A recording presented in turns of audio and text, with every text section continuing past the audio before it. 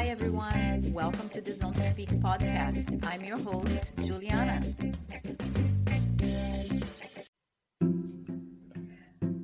Before the episode, I have got to share one of my absolute favorite ride essentials, the Cyc Plus Smart Pump. This little thing goes everywhere with me. It's compact, powerful, and honestly a game changer on the bike. I love using it mid-ride when switching between terrains. I can drop the pressure for gravel and then pump it back up when I hit the road. Super easy, super fast.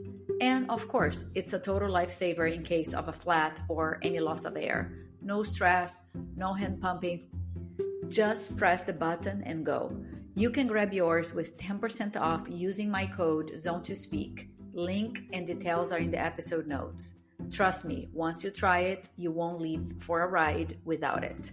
Cyc Plus Smart Pump. Smart, simple, and ready for any adventure. Now, let's hear it for the episode. Today on Zone to Speak, I am joined by someone whose life story could fill a dozen podcasts and still leave you hungry for more. Our guest is Juliana Buhring, ultra-endurance cyclist, best-selling author, children's rights activist, and the first woman to set a Guinness World Record for fastest solo female circumnavigating of the globe by bicycle. With virtually no cycling background before taking on the world, Juliana set out from Naples in 2012 and rode over 18,000 miles across 19 countries in just 152 days, averaging roughly 125 miles a day on roads, plains, deserts, and mountains. Since then, she's gone on to place top 10 overall, not just women's category, in events like the Transcontinental Race and win the women's category, and place fourth in the Trans Am race across the United States. But Juliana's story started long before she ever clipped into pedals. She grew up inside the controversial religious group Children of God, escaped in her early 20s, co-authored a best-selling memoir about that experience, and transformed grief and adversity into some of the most jaw-dropping cycling feats in history. Today, we will talk about what it takes to do the seemingly impossible, how she navigated life's sharpest turns to get here, how cycling became medicine for her mind and soul, and what she is chasing now that the world has watched her accomplish so much. Juliana, let's get into it. Welcome to Zone to Speak. Thank you. That was quite an intro. I am so happy you're here. I'm such a fan, such a awe of you, not just for the cycling, but your resilience and your zest for life from everything you have been through. And you share so much with the world, with your book and your experiences. We are so lucky to have you as an inspiration. So, like I said in the intro, you had one of the most challenging childhoods imaginable. Growing up inside the Children of God cult, separated from your mother at age of 4 and enduring emotional and physical abuse.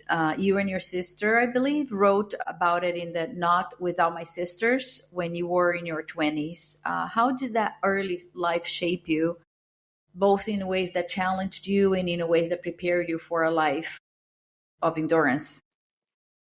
That's a big topic. Well, I could go back to the beginning. Yeah, I was born and raised in the Children of God cult, which was a kind of apocalyptic.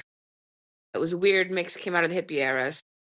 Because at the time when in the 60s, a lot of the most extreme cults and sects sort of came out of that time period when there was kind of a sense of revolution and that generation being discontent with society and the way the world was going and the Vietnam War and all of that. So they were prime targets for the kind of narcissists who become cult leaders and who look for susceptible prey, preaching, always a doctrine of let's break away from society, let's create utopia. Of course, they didn't join thinking they were joining a cult. They thought they were, joining a community of like-minded young people who wanted to change the world, who wanted to do something positive. So it started with good intentions, but unfortunately the head was rotten, so that rot quickly seeped down into the whole body and the group at large.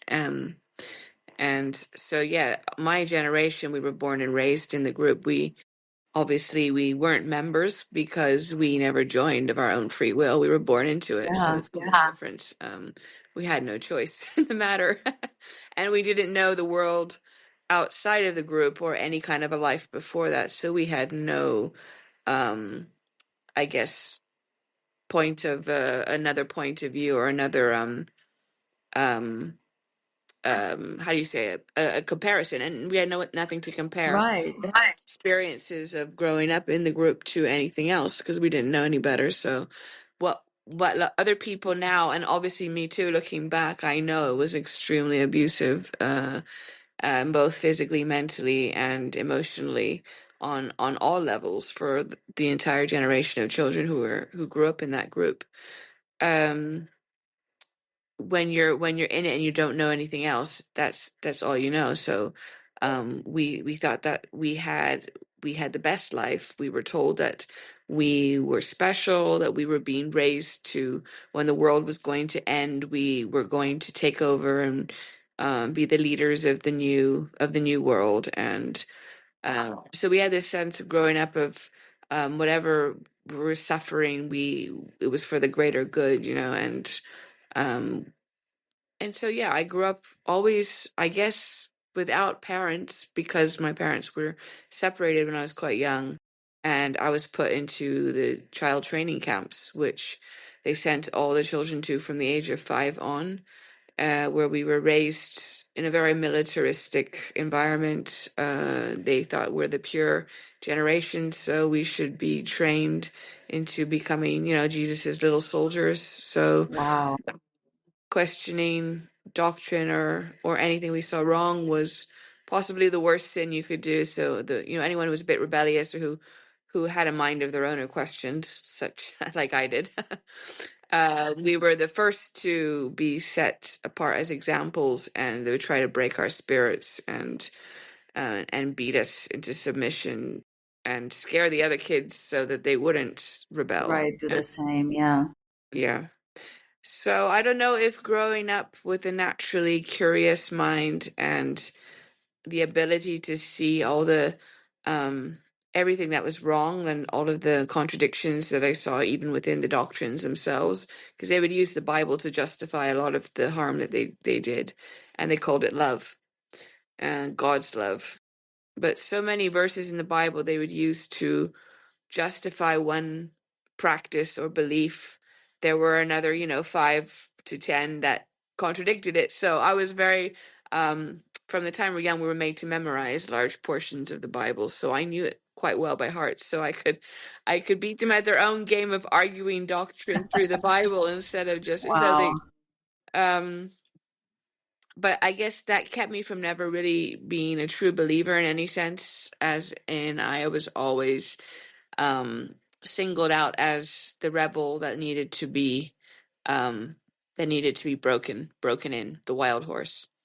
And because I had no parents to protect me, I got a lot of the very harsh physical disciplinary punishments. Which meant I grew up very independent minded, and also having to take care of myself, having to be very adaptable because I was trafficked from country to country across Asia and Africa. Before I was 25, I had already lived in over 20 countries. Wow. And With the cult, they kept on moving you? yeah, yeah. Wow.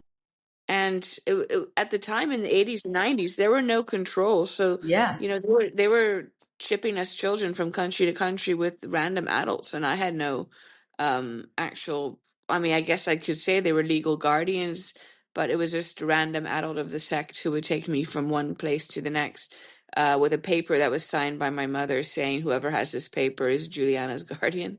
It didn't even have to have a name of anyone specific. So yeah, it was I had to be very quick thinking, adaptable, and learn to read people very well, and read people's intentions. So I could say probably now going into the world of ultra cycling down the line, I can see in hindsight how a lot of my childhood prepared me for um, the challenges that these kind of feats of endurance require, both in your mind and in your physical, and the pain you experience, and pushing past the pain wall, because I had a very high pain tolerance yeah, I had a high pain tolerance that I could endure here, which is where it starts. And if you can endure here, it's 70% in the mind, and then the body follows. So that mind and body connection, um, I came to play with and experiment with a lot in the ultra races, as it went on. But I could see now that I had already a good practice of it in Yeah, my life yeah. growing up. Well, that is a lot to unpack. And thank you so much for opening up and sharing. I'm sorry you had to go through all that. I'm not. Don't be. I think everything we pass through in life makes you stronger, and it builds your resilience. And resilience Yeah, is not something you're born with; it's something that you have to go build like a muscle. yeah, And so, whoever I am today is thanks to all of the struggles I passed throughout life. So at the time, of course, it hurt a lot, and it felt like it was never going to end. And sometimes I wished that I wasn't here anymore. Um, but today I can say that I'm not sorry, because it's made me who I am today, and I wouldn't change that. So yeah, yeah. You're a very strong person. And when I think about if I were raised in such a closed environment, I don't know if I would have the strength to question and to think outside of that. So I really admire people that have this curiosity and breakthrough and get out of this type of experiences. And then, okay, so you were able to escape and then you start your own life. hmm And then you decide to write around the world in well, 2012. that was kind of my reaction to another loss, an extreme heartbreak, actually. Okay. And being an extremist myself, I don't do anything by halves. So it's either nothing or all the way, like, to the most extreme possible. And why cycling? Yeah, good question. I actually don't know. It was a random choice. It was at the memorial of this man who I love very much. Um, and we were sitting around the fireplace and talking about how death kind of brings to the front the the the sorry, I'm stuttering. How death brings to the fore the transitory nature of our life, of our existence, and how it can be over from one second to the next. And we think we have this infinite amount of time ahead of us, but it could be tomorrow we're gone. And in that sense, have you done everything that you want to do? Do you have regrets? If you died tomorrow, would you be happy to say, I've really lived the life that I wanted to live? I've done the things I wanted to do, and I've left the people around me a bit better for my existence. Um, and with that thought, I think one of the women who was a friend was saying how, well, she had always wanted to cycle across Canada, and then she turned to me, she said, Would you want to cycle with me across Canada? And I was like, I don't know how to cycle. and I was like, but no, not Canada. I've driven across it, and I've done it, so I wouldn't be very interested to cycle it. But then it got me thinking, if I was ever going to cycle across a country, like, which country would I actually want to cycle across? So it got me researching online and looking into, long cycle journeys. I kind of went down the rabbit hole and ended up with the great circumnavigation of Mark Beaumont and other men who had gone around the world. And I was like, yeah, I mean, why do a continent when you can do the world, right? Yeah. And then the little extremist bell in my mind was like, ding, ding, ding, ding. Yep, epic. But then, like researching that, I realized that no woman had ever done it before. And I Yeah. was like, it's 2011. How is that possible that no woman has ever done it? And I quickly found out because looking for sponsors or looking for, just a bicycle, like money to do it. Everyone just looked at me like I was nuts, and they're like, "Who are you? And what have you done?" Yeah. Oh, you're not a You don't even cyclist, know. but you Yeah. want to cycle the world. Well, that's nice. Good for you. Good But luck. no one really believed. And then the other half were like, no, that's too dangerous. You can't go cycling around the world alone. There's a reason a woman has done it. And I was like, well, I'm going to find out, aren't I? So, I ended up leaving with, I think, like 3,000 euros of savings, and just started going around the world. People started following me online on Facebook because it was a crazy story to follow this chick who was not really hadn't cycled longer than 8 months in her life, and was gonna now, take on a world record. So it was I guess kind of a reality show entertainment for people who were following. Yeah. And everything went wrong that could possibly go wrong. I think by the time I got around the world, I didn't have a single original piece of my bike left except for the frame. Everything had been changed 'cause I didn't even know what kind of bike I should take on such a journey. So of course I had the wrong kind of bike, the wrong kind of wheels, the wrong everything. Wow. Um, Did you and change it as you yeah, started to as have I went. issues? Okay. And as I went along, I kind of I learned by trial and error, and became a cyclist just by the act of doing it. Yeah. Yeah. um, and I mean, I guess probably I wouldn't have done it if I had been in a normal, sane frame of mind. But I was in such a deep depression, and that was my way of I needed to do something extreme to pull myself out of it. And um, cycling became a way of channeling all of that anguish and that pain and that emotional sorrow into something physical that I could drain that out of me, and I could go to sleep at night without bursting into tears every single day. Um so yeah, by the time I got halfway point, I was like, wow, all roads lead to home from this point on. Maybe I will make it around the world, because I actually didn't leave thinking I was going to make it around the world. And I was pretty okay with not even coming back. I was in that frame of mind. So Wow. I think when you've lost everything and you have nothing left to lose, you're actually capable of doing more than you would usually have imagined, because what Absolutely. do you have to lose? You might as well, Yeah. you know.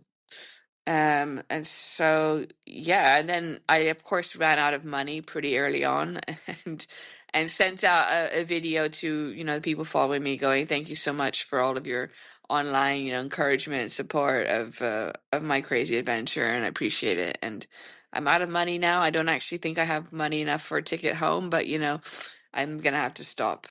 And like just by the next day, there was already 1,000 euros more in my account, and people Wow. just were following, just started sending little donations, 50 euro, 100 euro, and it just accumulated to keep me on the road. And I never actually had to ask for help, because people just wanted to help me. And a lot of them were actually ex-kids who had also grown up in the cult, and who helped put me up on the way, and and they were all really rooting for me and sending me donations, like, you have to finish for all of us, and became like Oh, this force behind the whole journey. And 10% of all the money came into my account. I was sending to my organization. I was helping ex kids get set up after they leave these extremist groups. So it was beautiful. also kind of a fundraiser for that. And yeah, by the time I came back, it was kind of surreal. It was also a bit of a downer, because you get to this place where you just eat, sleep, and ride for that length of time, and you kind of can forget about the rest of the world even existing. Yeah. Very, it's very life becomes kind of channeled and funneled down to its basics, and then when you stop, suddenly the whole world comes rushing in again, and then you have to worry about your rent, and then you have to worry about the bills, and you have to worry, get a job and all that day to day stuff. Yeah. It was actually quite nice to have that simplicity of not having to worry about anything, pedaling your bicycle. But that journey also really served to restore my faith in humanity, which I had very little left of. and just the kindness, experiencing the kindness of strangers and the goodness of most people. You know, we see so much bad news in the world that we think the whole world is just getting darker and uglier and more hatred everywhere you look. But if you meet people on a human level, face to face, they're quite different, and you actually see that there's more goodness than not in people. And so to keep the faith for that was, I mean, that journey definitely highlighted that for me, and all subsequent journeys have done the same. That's beautiful. I mean, you just went head in, but like you said, you need it, right? I think there's even a saying, be very afraid of a man who has nothing to lose. So I Yeah. guess that pushed you, and I'm glad people didn't, support you. I was going to say didn't let you stop, but they support you to keep going. Didn't And let me stop. how beautiful that you also throughout this whole journey, you kept on supporting those kids that are, to get reestablished in society and get their lives back together. And so this is like so transformational, right? Like psychologically, emotionally, physically. You're averaging around like over 100 miles a day. So that's what, like, I don't know, 150 kilometers about. I mean, What's there's the heat, average of 200 kilometers a day? 200 kilometers. Wow. And Which then at the there's, time for me was a huge feat because I'd never cycled in my life. So not yeah, being able to rest over, a period of 5 months, 200 a day every day was for me a huge, extraordinary feat of endurance. But then it is as I an got into the extraordinary world of ultra endurance. racing, Yeah. now looking back, I'm like, oh, it wasn't that much. It is you a know? lot. I was going to say, even for someone who is doing long distance, I think doing 200K for Yeah. what? I mean, a lot of, you did it I in was 152 days. That's a lot to keep going. An ultra, yeah, maybe people can do 400, 500 a day, but they are done in 2 days. yeah.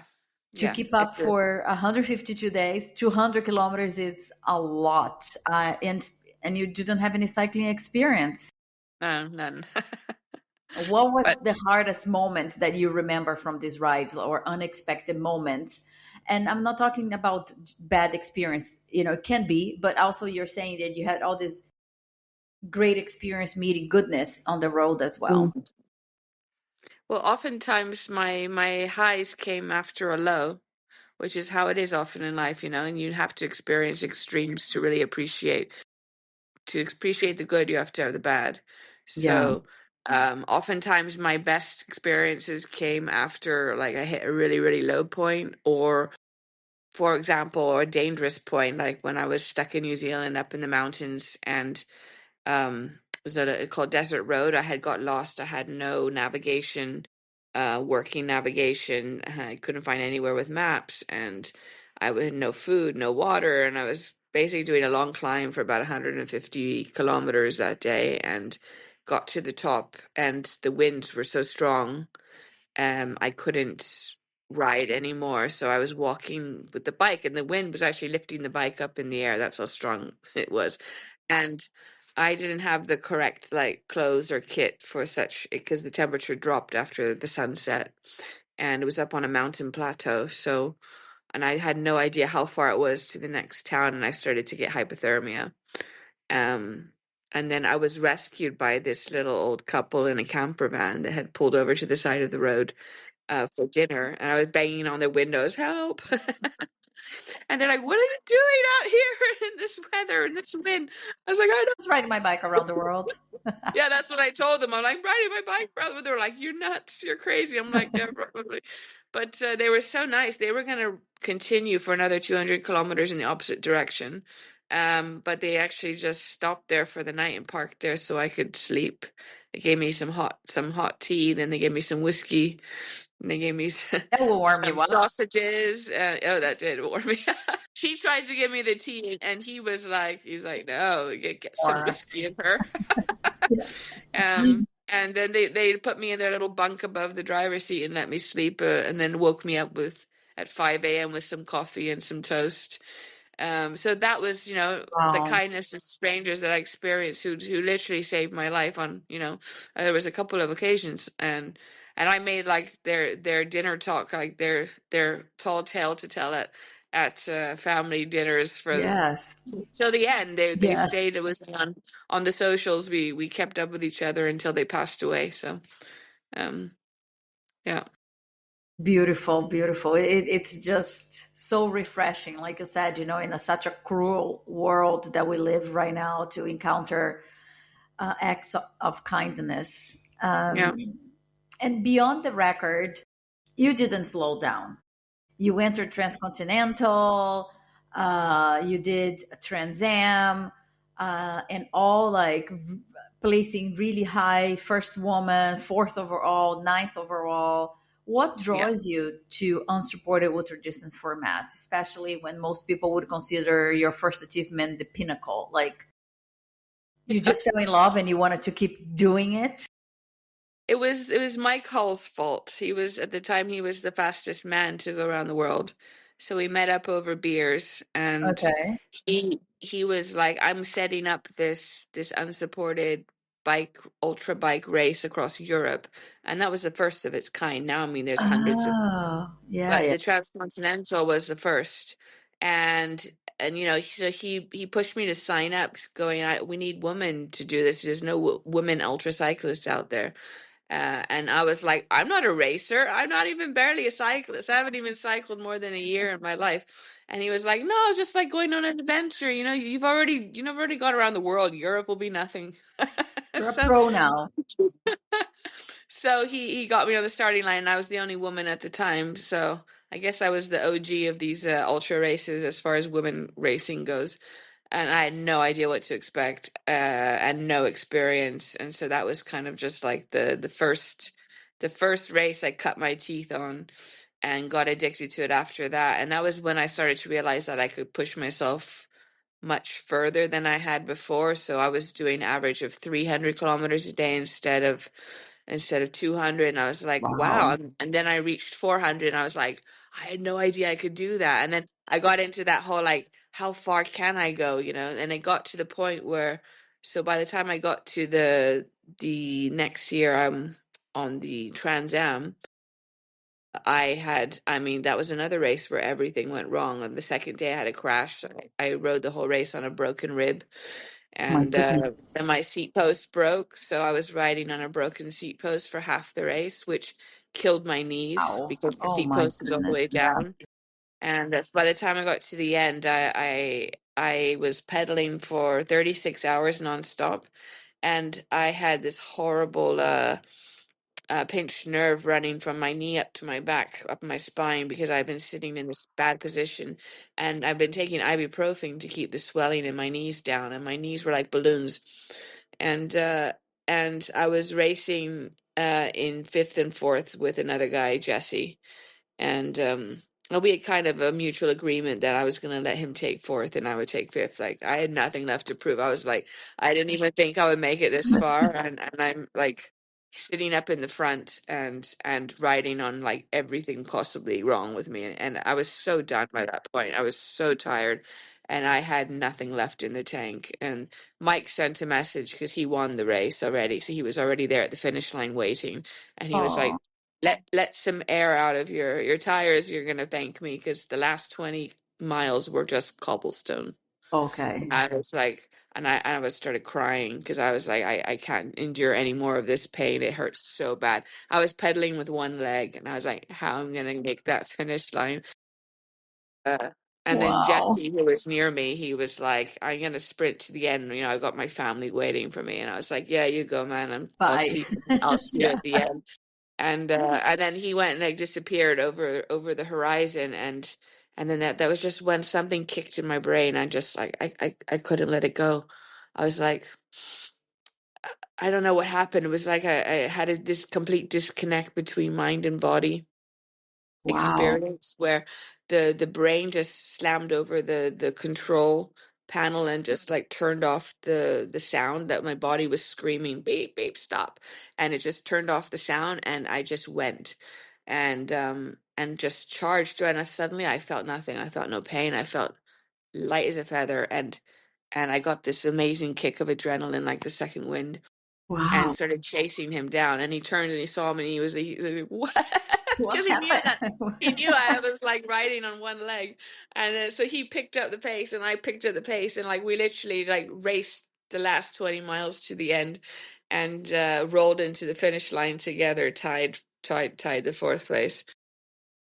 And that's really when I got into that whole idea of mind over matter, and that, when you think you've got nothing left in the tank, there's always There is 20% always, yeah. you have to reach for it.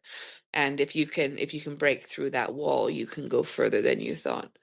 But then, having learned that the hard way, I also learned that yes, you can override the machine, and you can push it to breaking point.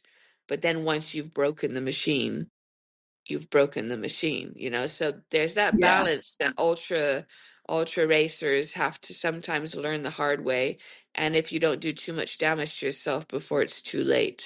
And unfortunately I did, because I had been riding so long on those swollen knees. I completely destroyed them. So when I went back for the transcontinental race, the year after that, I think it was day two, I was almost at the 1,000 kilometer mark, and then the knees just completely collapsed, like from one second to the next. I couldn't even put Wow, a any year pressure. later. Yeah. They just completely went. So, it's one of these things where, the movie Into the Blue, where there's the No. deep sea divers, and um they competitively go down to see how deep they can dive down. And I think at the ending is the main protagonist basically goes down to his death. He's gone too far. He knows he can't come back, but Yeah. he goes down smiling. And that's when you go past that point where you get that high, but then you don't know when to stop, and that's when it becomes dangerous. Yeah. So, but going into that, I guess I learned the hard way certain things, but I also learned that we are capable of pushing our limits so much further than we think. Like, we don't even try for it, because I guess we stop at that pain threshold. Most people stop when your mind tells you stop.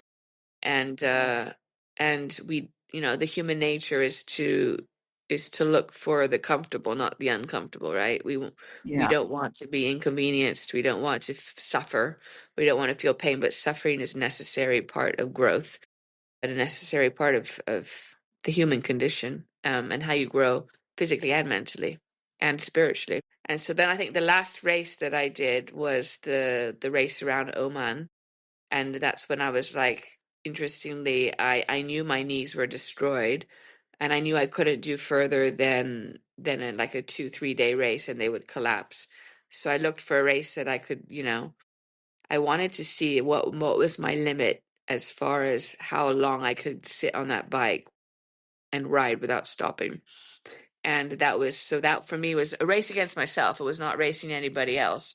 I just wanted to see if I could do 1,000 kilometers nonstop in under 48 hours. Did you? And I did 1,080 in 49 hours, and arrived third overall, first woman. And they were like, "Oh, you're in third on the podium." I'm like, "I am what?" I didn't even know. I wasn't following the race. I was just riding my own race. And there's another thing. Like, I think sometimes when it gets into that competitive mode, you actually are your own worst enemy, because your mind plays tricks against you, and you feel that pressure that you need to be, you need to be the best, or you need to be in the top, whatever, and everyone's watching. But if you ride just for the joy of it, and you're pushing yourself because you're curious for your own reason and not for any other purpose or anybody else, uh, you actually end up being able to do more or go further than you would probably otherwise when you get inside your own head. Yeah. Yeah. I think you're right. And you also have spoken about not waiting for the perfect time to pursue something. This idea you have put into practice in incredible ways. And you have Well, I lived think people look for, like, they say, oh, they have to have all the right conditions, they have the right amount of training, they have the right this, right that. It's equipment, just an time, excuse. It's weather. just Yeah. an excuse to buy time, to put off to put off doing what you say you're going to do. And the longer you put it off, actually, the harder it is to do it. So it's better to feel underprepared, but just go for it, because you're never going to be prepared. No matter what you do, you're never going to be completely prepared. Because no matter what happens, you think you've got all bases covered and you've got everything you're going to need. Something will always happen to blow that up. So you just have to be, yeah, adaptable, flexible, and just be ready for everything. Expect it all. Yeah, I think flexibility and adaptability are huge characters. What do you say? Personality traits for someone to, survival in any and thrive, not just survive, Anything. but thrive in Yeah. anything. Life, sports, but also this thing of like waiting for something to be perfect. Nothing ever is going to be perfect. There's never going to be the perfect timing. Just do it. Just life is not that way. You're Yeah, never no, gonna get no, it no, perfect. no. The stars are not going to align, and if they do, some curveball is coming. Some curveball, yeah, always. Yeah. So you have lived extraordinary experiences, and you have written about them in ways that resonate, from your memoir to various writings and reflections over the years. How has storytelling been part of your process? Does writing help you make sense of the ride as much as the ride itself does? Yeah, I suppose it does help to digest it afterwards. Yes, because when you have so many peak experiences, um, it's hard. It takes time to assimilate whatever lessons you've learned out of them. It's always looking back that you realize, and down the road, you can always see how it's transforming you while you're in the process of it. You're still in the cocoon. So as you go and you say, oh, that led to that and that led to that. And, life kind of it's like a wheel. It keeps taking you around and around, and you keep going forward into another experience that brings you to another and to another. And also then you grow, you become stronger, you become more resilient, you become more adaptable. You I suppose the greater the struggle, or the greater the challenge that you take on or that you face and that you overcome, the less, the little things that come at you don't bother you as much. You kind of you see the world and you see life differently. It's you don't sweat the small stuff anymore. It doesn't, the things that you see other people just going crazy about and falling apart over, you're just, for you, it's really nobody. It's just another day. Yeah. So yeah, it's your whole perspective changes. And I'd say that in life in general. So ultra cycling and the ultra races, also given me a lot of tools in my everyday life in general, and how I see things and how I face things, and also how I confront other challenges, not just on a bicycle. Yeah, I can totally relate to that on a not so epic way. I haven't done those epic, crazy records like you, but I don't yeah, know, but everyone has their own set of challenges to exactly, face in right? life. Yeah, It's unique to each individual, isn't it? And you have your yeah, own set of challenges that you're going to have to face and deal with. And if you can do that, you can move on to the next level. If not, you get stuck in that loop and you have to keep repeating the same thing over and over. yeah.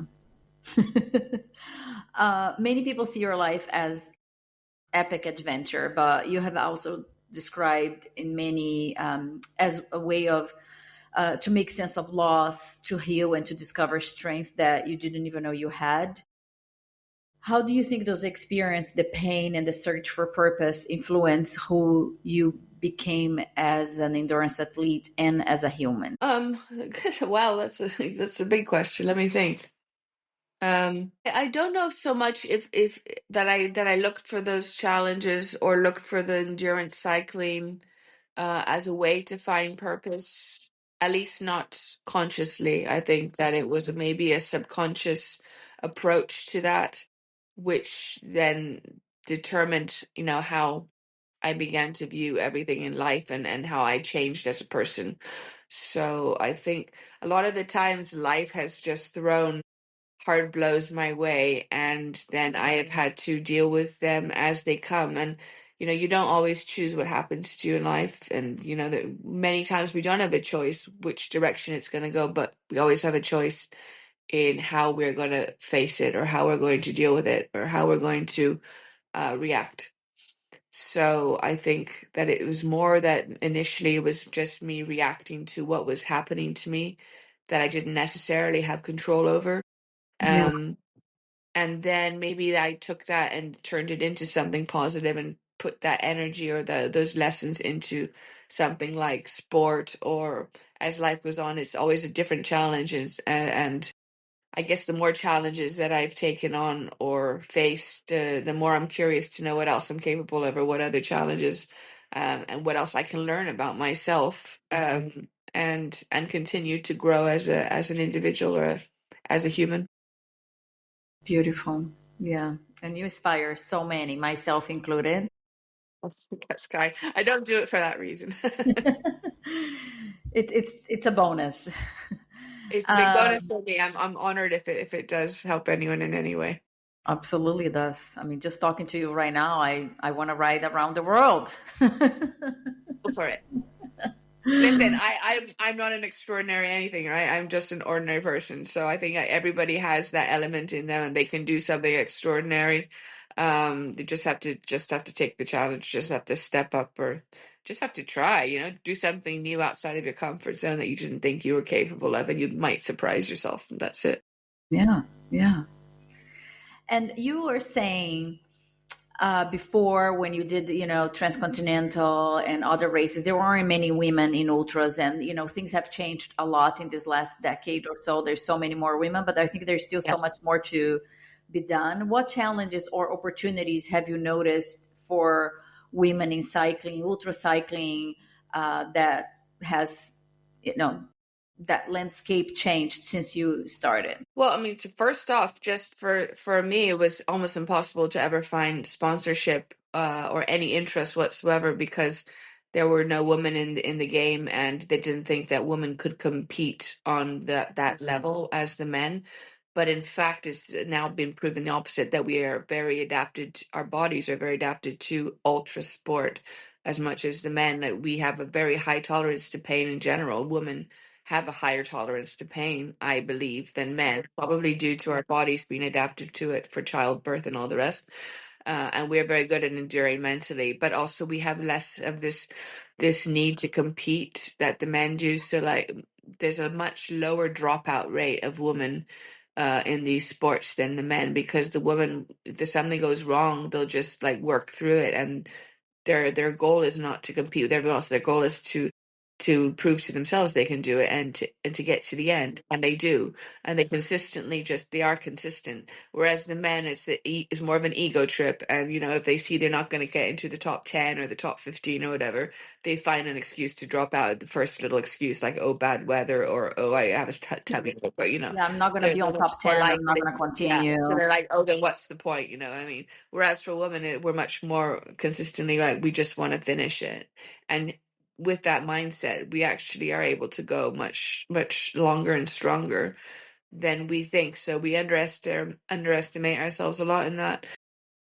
And then I guess when I was first in the first races, there was a lot of, because I had only been cycling for, 2, 3 years when I was in the top pack of the men, and they were like, so we've all been cycling our whole lives, and you have been cycling for 2 years. How are you pushing the front?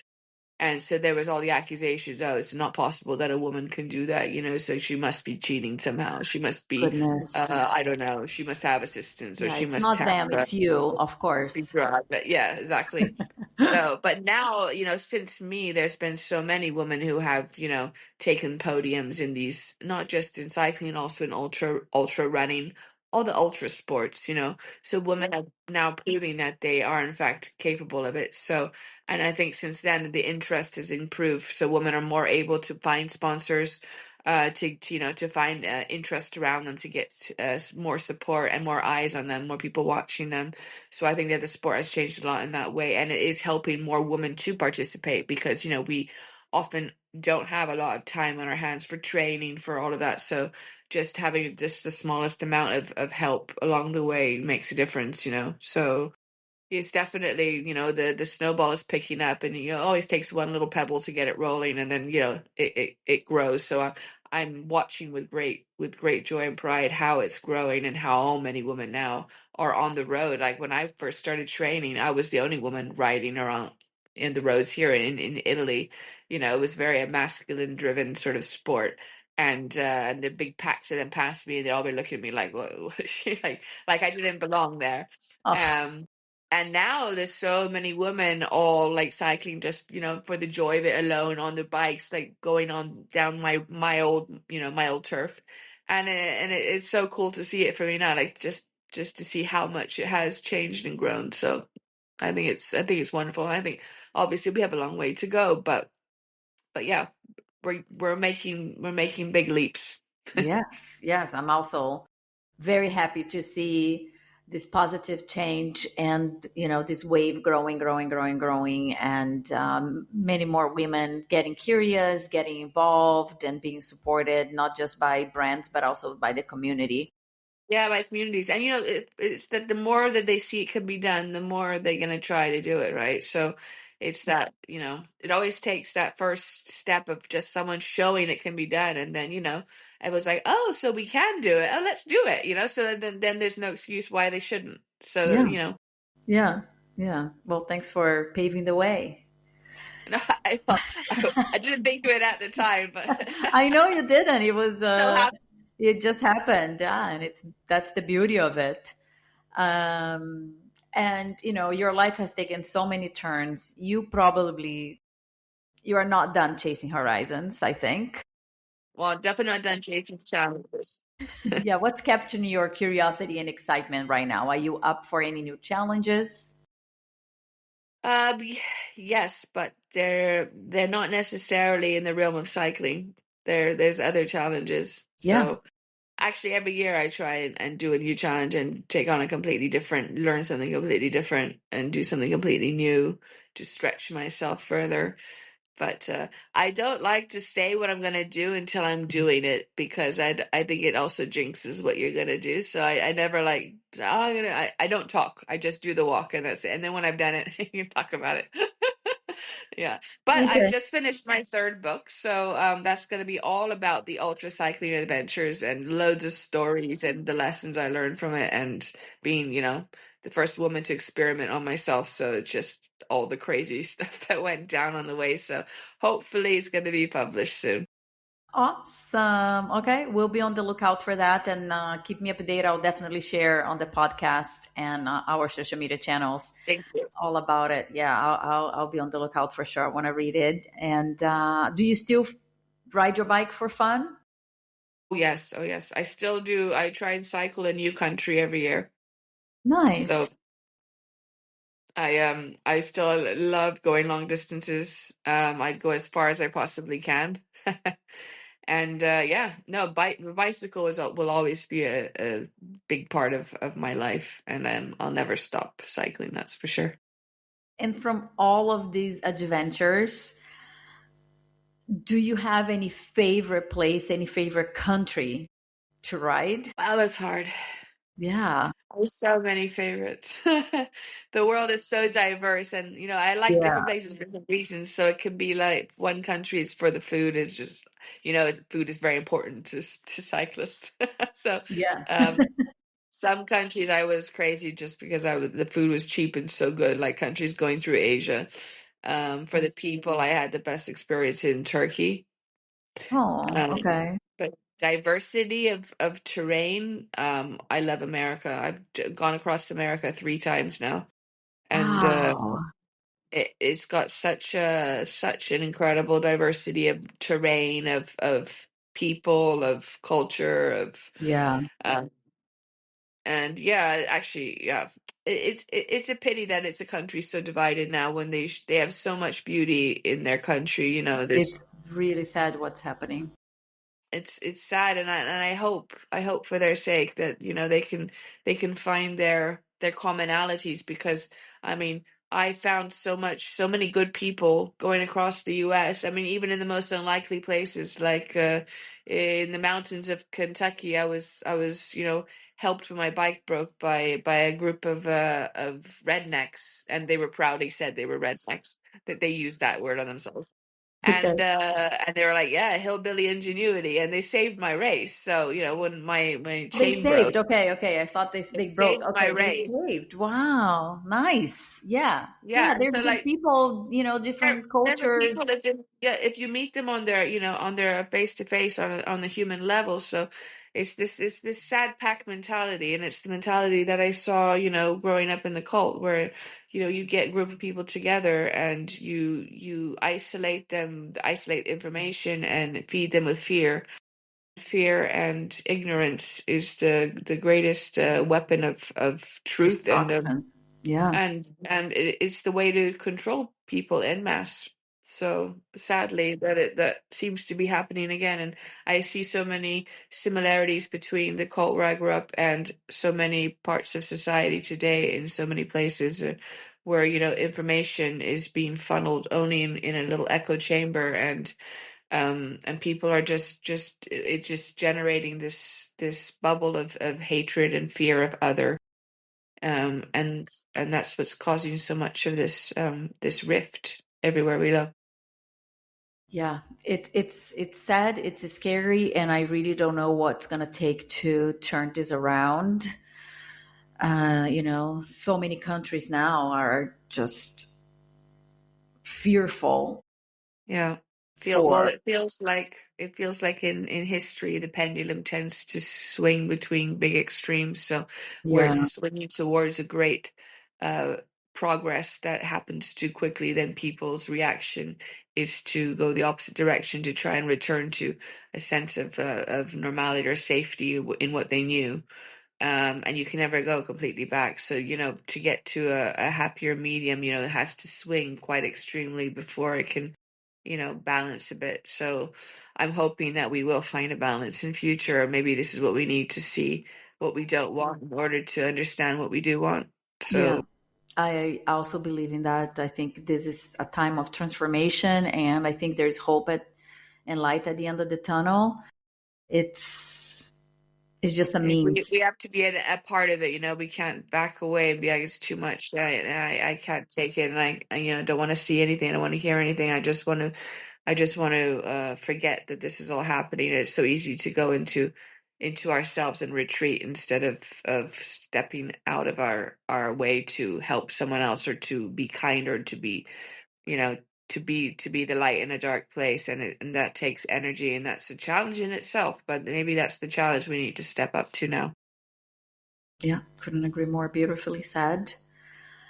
And it, like you went through so much, and then from darkness to triumph, and look where you are now. You found, you have so much peace and joy, and you continue to challenge yourself and bring so much beauty to the world. And I can't wait to see what's in that book, all the lessons as well that you're sharing. And I want to, thank you so much for being here on the podcast.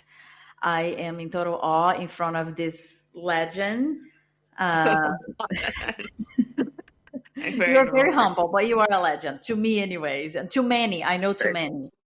Thank you.